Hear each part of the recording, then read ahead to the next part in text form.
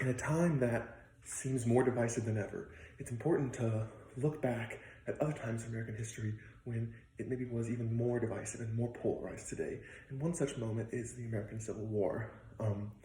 The historian Shelby Foote says that an understanding of the American Civil War is really key to understanding not just American, but modern world history. And I agree with that. As an history student and an amateur expert of the Civil War, I'm qualified to speak on this subject. Today we're going to talk about three things in the basic outline of the war.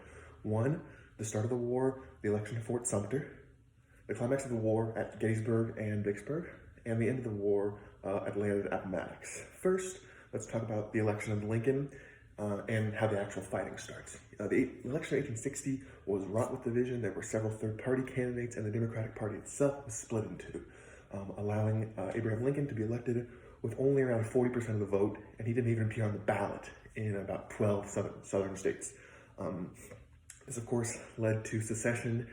South Carolina secedes in January of 1861, and fighting begins a couple months later at the Battle of Fort Sumter, where Confederate forces under General Pierre-Gustave Toutant Beauregard seized the fort under Union forces commanded by Colonel Robert Anderson. At this point, war is inaugurated, and we're all the way into it.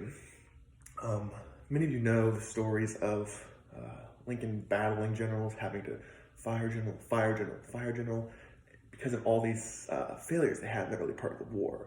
And that's a major part of this history.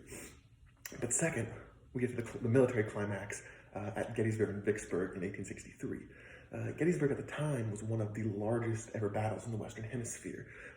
Over 3 days, it's still, I think, to this day, the battle with the most American casualties ever.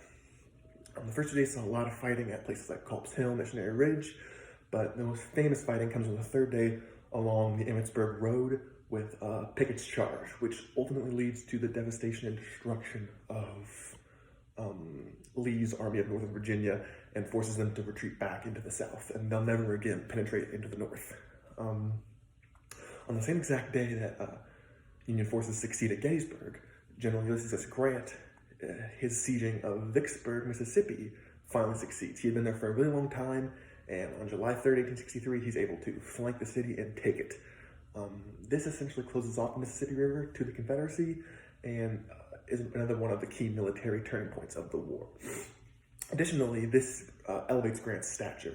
The historian Barbara Field says that this victory in and of itself allowed Lincoln to promote general to head of the Army of the Potomac and head of all Union forces eventually. Third, let's talk about the end of the war from Atlanta to Appomattox. General Sherman, commander of forces in the South for the Union, had tried to capture Atlanta for a long time, but it had eluded him.